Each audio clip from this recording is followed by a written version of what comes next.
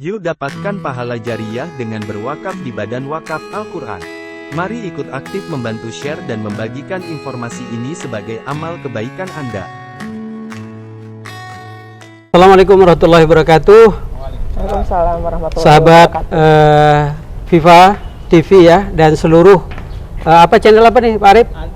Anti oligarki. Ada Racikan TV, Racikan Berita, kemudian ada Zona Hijau, Ibrahim Aji, Politik Islam Official, ada lagi Mimbar Tub, Omlim Official. Wah, spesial ini banyak sekali yang akan menayangkan tentu podcast pada sore hari ini ya.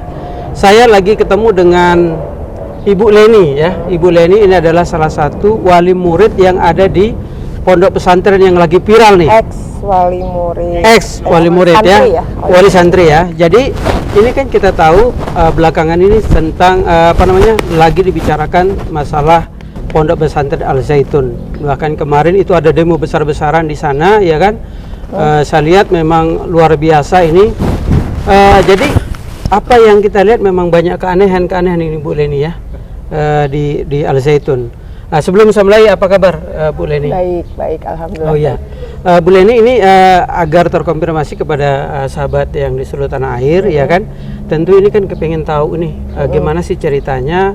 Ibu kan sudah pernah masuk anak atau putra putri ya? Cewek cowok? Putra putri ya? Oke. 2 anak. Kalau boleh cerita dari awal, Ibu tahun berapa Ibu masuk Al Zaitun anaknya gitu? Terima kasih. Anak ya? Iya. Tahun 2019 yang pertama. Kemudian ini yang cewek nih? Yang cowok. Oh, cowok dulu, oke. Iya, yang laki-laki duluan, yang paling besar. Kemudian yang keduanya menyusul tahun berikutnya. Gitu. Jadi sempat anak saya yang pertama itu 3 semester di sana, yang kedua 1 semester aja. Karena di situ sudah merasa sangat tidak bisa ditolerir lagi ya, gitu. Hal yang janggal yang sudah menyimpang lah perilakunya gitu ya, perilaku secara pribadinya pimpinan pesantren. Yang dimaksud di Panji Gumilang itu ya? Ya. Oke. Ya, karena di situ terbuka satu kasus besar terkait dugaan pelecehan terhadap pegawainya selama beberapa tahun pegawainya di sana. Yang diceritakan dia itu kurang lebih 4 tahun gitu. Jadi karena itu, dan saya sudah mengkonfirmasi kepada korban ya, yang sudah memasukkan laporannya ke Polda Jabar. Jadi saya mendapatkan informasi yang valid gitu dari korbannya langsung. Kemudian disertai bukti-bukti voice note ya, ada 19 kalau nggak salah itu 19 voice note. Oke. Kemudian 1 video percakapan kurang lebih 15 menit. Dengan korban ini? Dengan korban ya? Korban. Percakapan pimpinan pesantren itu dengan korban. Oke. Gitu. Jadi sudah tersebar juga kemana-mana gitu ya. Dan saya juga mendapatkannya dari dia langsung gitu. Dari suaminya, almarhum suaminya. Oke. Gitu. Saya sedikit dalam ini Mbak Leni, karena ini kan takutnya menjadi sebuah tuduhan ya, karena memang ini ada tadi pelecehan seksual ya kan. Mbak Leni selaku apa di sana untuk kan ini ada korban pendamping kah atau apa seperti apa? Iya, wali santri. Kebetulan di situ kan saya langsung kontak Pak Rukial ya, almarhum Pak Rukial Basri yang waktu itu suami korban gitu kan. Karena kami sudah biasa komunikasi juga di media sosial gitu, di Facebook waktu itu ya. Jadi saya juga langsung minta konfirmasi, saya tabayun kepada dia gitu, kepada korbannya langsung juga, sama akhirnya berteman gitu kan. Sampai akhirnya ikut mendampingi juga. Pernah 1 kali ke Polda Jabar waktu itu, ada dokumentasinya juga gitu. Saya dan suami waktu itu. Jadi ya sudah valid gitu, dengan bukti itu. Memang pernah ada hubungan waktu itu gitu. Ada hubungan khusus gitu ya. Ini Panji Gumilang ini karyawan kah atau guru kah atau siapa ini? Karyawannya, pegawainya. Pegawainya ya. Oke. Yang ditempatkan posisinya tuh di gudang beras jauh di belakang Oke lah. lingkungan pesantrennya gitu, tapi masih lingkungan Mahat Al-Zaitun. Oke. Saya sedikit bergeser Mbak Leni. Kalau kita tadi kan mungkin urusan dia itu adalah pelecehan seksual masuknya ranah pribadi, ya kan? Tapi karena dia sebuah pimpinan lembaga pondok pesantren, tentu ini menjadi sorotan ya kan. Tapi yang saya mau tanya sama Mbak Leni, ini kan lagi benar-benar kita lihat ini ada suatu penyimpangan pemahaman, ya kan, yang coba dimasukkan kepada anak-anak kita, ya. Mbak Leni kan tadi masuk putra dulu yang pertama, ya kan? Apa yang ada sesuatu yang berbeda kah dari anak-anak Ibu Leni kemarin? Iya, jadi sedikit-sedikit ya terungkap juga gitu ya. Kekurang nyamanan anak-anak saya di sana gitu ya. Terutama mereka juga masuk dalam kondisi pandemi COVID juga waktu itu. Iya. Ya memang sudah otoriter juga di sana. Segala sesuatunya itu kan memang harus persetujuan dari Panji Gumilang. Panji Gumilang, oke. Harus atas titah perintahnya dia gitu. Jadi hal-hal apapun pegawai itu atau ustadz-ustadzanya itu sangat takut untuk memutuskan gitu. Jadi padahal yang menurut kita itu juga itu nggak perlu lah ya, misalnya ya itu ya cukup kecerdasan masing-masing aja untuk menyikapinya, untuk memutuskan hal itu gitu ya. Tapi enggak, sangat takut semua apapun di situ. Jadi harus mengkonfirmasi dulu sampai ke Panji Gumilang. Panji Gumilang ya. Jadi begitu otoriternya sampai urusan gizi gitu ya, urusan makanan saja itu sampai anak-anak itu sangat ini ya dalam prihatin masa pertumbuhan ya. Tuh prihatin ya. Sering kali lapar gitu. Apalagi terutama pas udah masuk roti gandum. Jadi mengganti nasi itu 100%. Nasi diganti sama roti gandum. Udah nggak boleh nasi? Nggak boleh sama sekali. Itu terjadinya pas pandemi aja atau? Iya, waktu sejak awal puasa 2020 sampai terakhir anak saya di sana Januari 2022 itu masih. Oh Allah. 2021 ya. Berarti sampai lulus ya anaknya ya, Bu ya? Dan setelah anak-anak saya pindah pun masih. Itu entah berapa bulan setelah itu atau berapa tahun ya. Masih makan roti gandum ya. Sebagian ada yang suka ya, itu kan selera ya. Betul. Ya, apalagi mengganti secara drastis gitu kan pasti perlu adaptasi ya, kita bukan orang bule gitu kan. Kan mayoritas kita orang sudah timur ini nasi ya, kan, beras ya kan. Ketika libur pun anak-anak pasti kan ketemunya juga nasi. Kalaupun dibawa dari sana ya pasti terbatas gitu kan.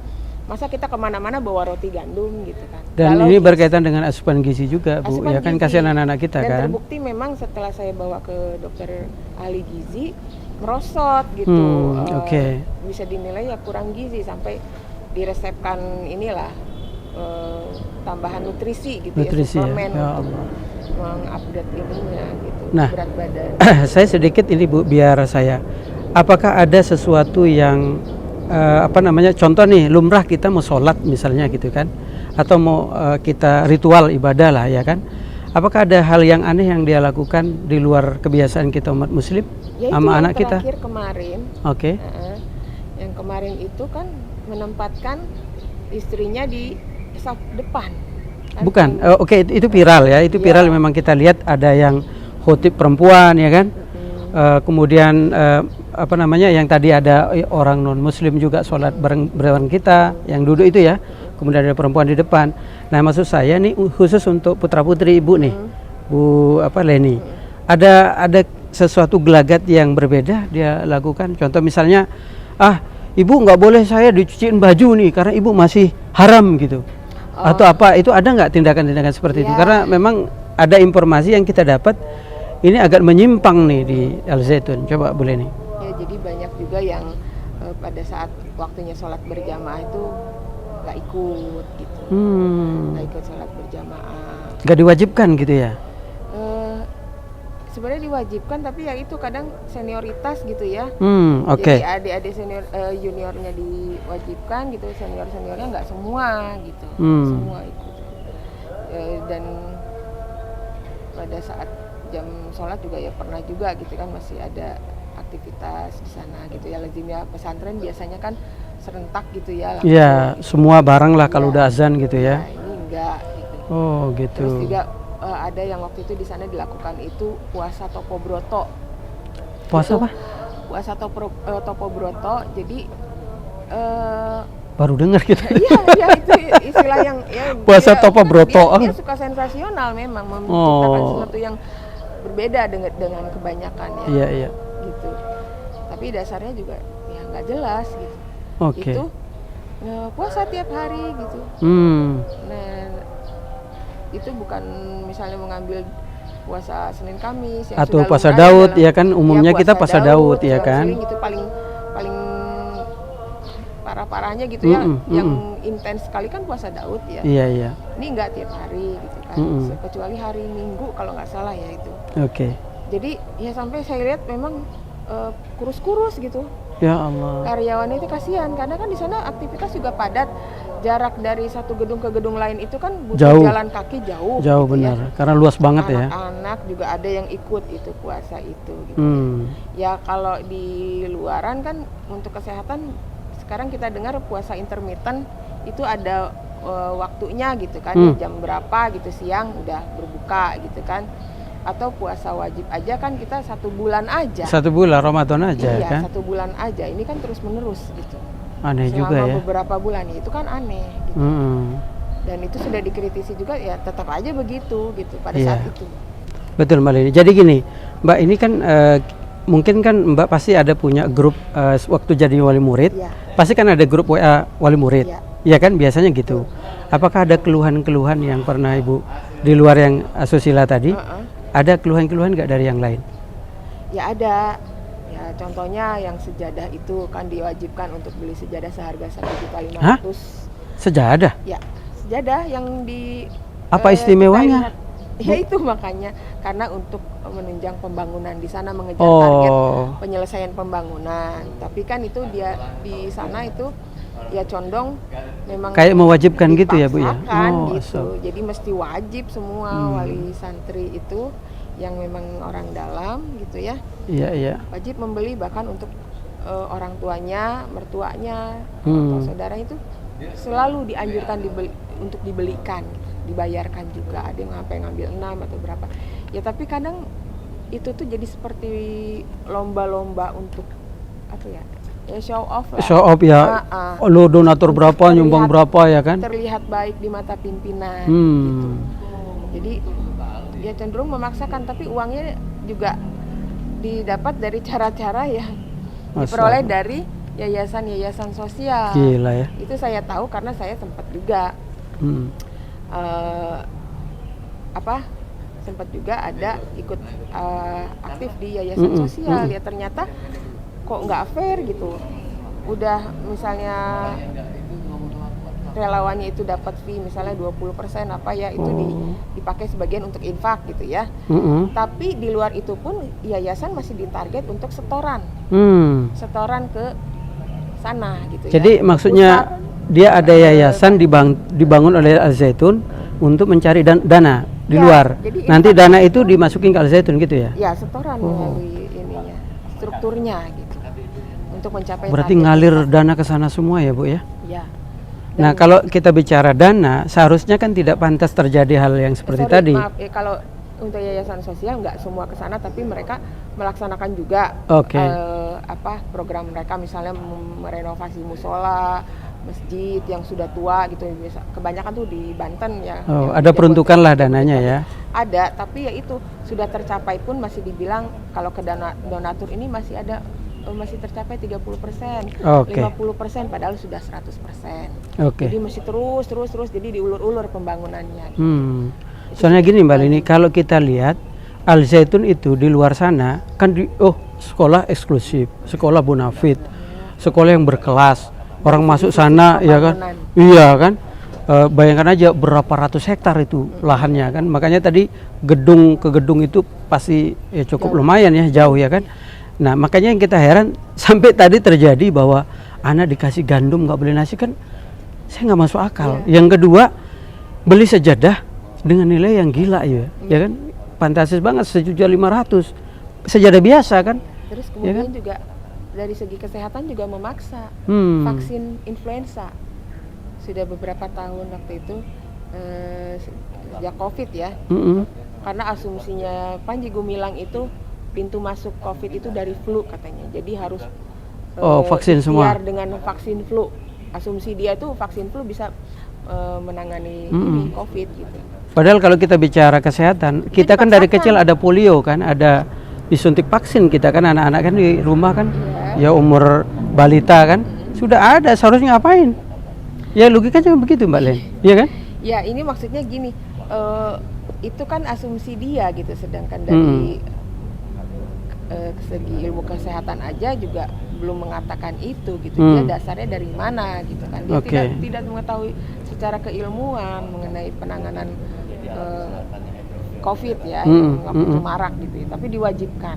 Sehingga kalau saya telusuri berdampak juga untuk kesehatan. Dari vaksin itu bikin kadar proteinnya itu tinggi.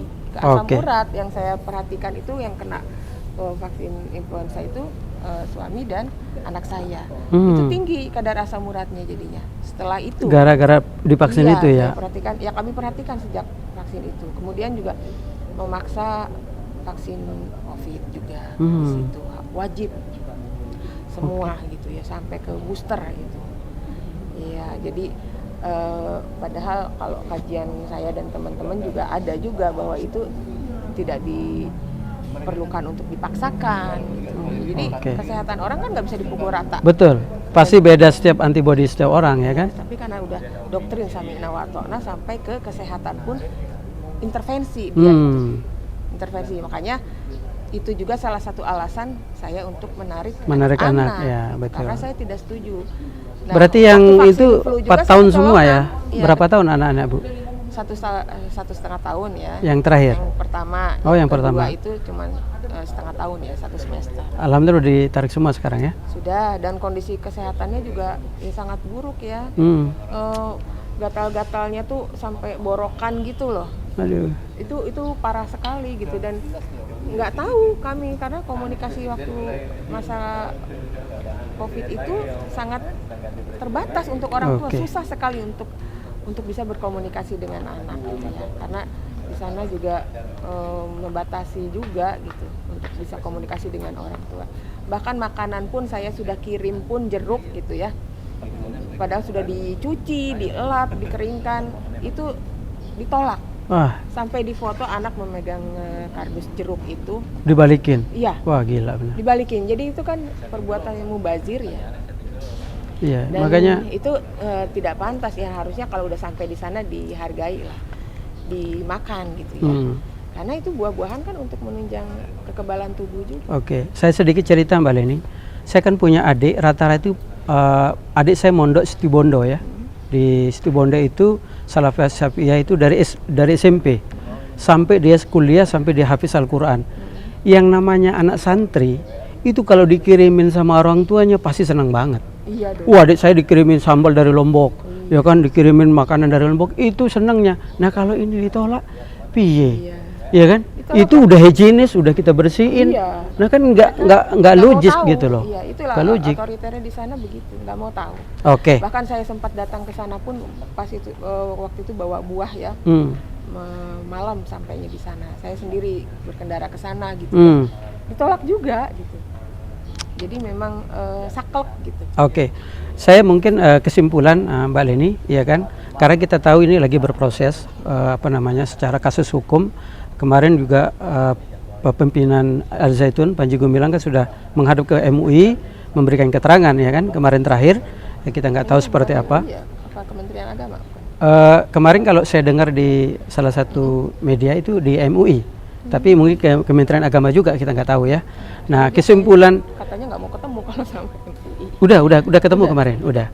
Nah kesimpulannya seperti apa nih Mbak Leni? Yang dari kacamata Mbak Leni selaku wali murid ya, yang pernah memang anak di sana, yang ada yang 1,5 tahun, ada yang setengah tahun, 2 lagi ya kan. Nah kesimpulannya seperti apa Pak pondok pesantren ini? Apa memang benar yang beredar di media sekarang ini yang lagi viral, bahwa memang ini ada penistaan agama di situ? Ya, saya ingin bicara dari segi pendidikan dulu ya, karena itu institusi pendidikan madrasah diniyah, sanawiyah, aliyah gitu ya. Dari segi mutu pendidikan udah sangat merosot, parah ya. Udah sangat merosot gitu. Jadi sampai hafalan pun nggak terkontrol gitu. Yang harusnya itu mereka mendidiknya dengan disiplin lah ya untuk hafalan gitu.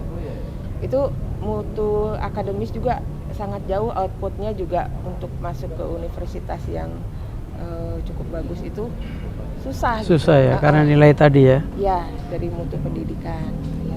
Kemudian juga kalau penyimpangan dari segi agama ya, kita lihat ya, kalau orang umum kebanyakan juga kan tidak menyetujui ya untuk pro ke negara Yahudi ya. Itu kan sudah dari dulu juga, kita juga nggak ada ini ya, dari segi negara, kontak dengan negara itu tuh perjanjian kerjasama juga sangat diprotes gitu ya. Ya itu semacam cari sensasi kalau menurut kami gitu ya, dengan nyanyi-nyanyi yang Salom apa ya, bahasa Yahudi itu kan sebenarnya seperti cari perhatian gitu. Jadi toleransi yang kebablasan Bu Leni ya. Ya, jadi kenapa nggak yang Islam aja, nggak ada yang lain apa gitu? Iya betul. Terus juga apa? Ya sensasi-sensasi lain lah, seperti sholat yang tetap berjaraknya jauh sekali itu kan, sampai 1 meter ya. Kalau kita lihat di medsos ini gitu. Sekali. Kemudian ada perempuan yang di depan itu kan lucu sekali ya. Ada yang non muslim kan? Dan non muslim di depan. Kan udah ngeyel banget. Iya, itu gitu. Ya sudahlah. Sampai alumni juga kaget karena pada saat dulu itu nggak begitu gitu. Makanya ini ada apa kok makin tua makin aneh gitu. Baik. Terima kasih Bu Leni ya atas waktunya ya kan. Oke, sahabat rakyat di seluruh tanah air, bahwa ini tadi perbincangan singkat saya dengan Ibu Leni. Ya kan, kita dengar sendiri bahwa ada perlakuan kepada siswa di sana yang kurang tepat ya. Boleh saya bilang itu sudah keluar dari koridor kebiasaan.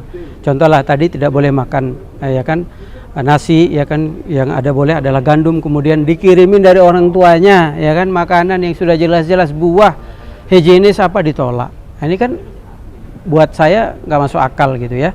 Jadi ini tadi saya sama Bu Leni konfirmasi benar-benar bahwa beliau adalah 2 anaknya yang sudah di sana, dan ini beliau menyaksikan kondisi anaknya yang mohon maaf secara kesehatan kurang prima ya, gizinya kurang baik ya, karena mungkin tadi ada konsumsi apa namanya tadi gandum ya. Sedangkan kalau kita tahu gandum ini untuk tingkat kesuburan anak perempuan juga kurang bagus ya kan, kalau dari segi ilmu kesehatan gitu ya. Bukti dari beberapa temannya. Oke, terima kasih Bu Leni ya atas atensi semuanya. Terima kasih. Assalamualaikum warahmatullahi wabarakatuh.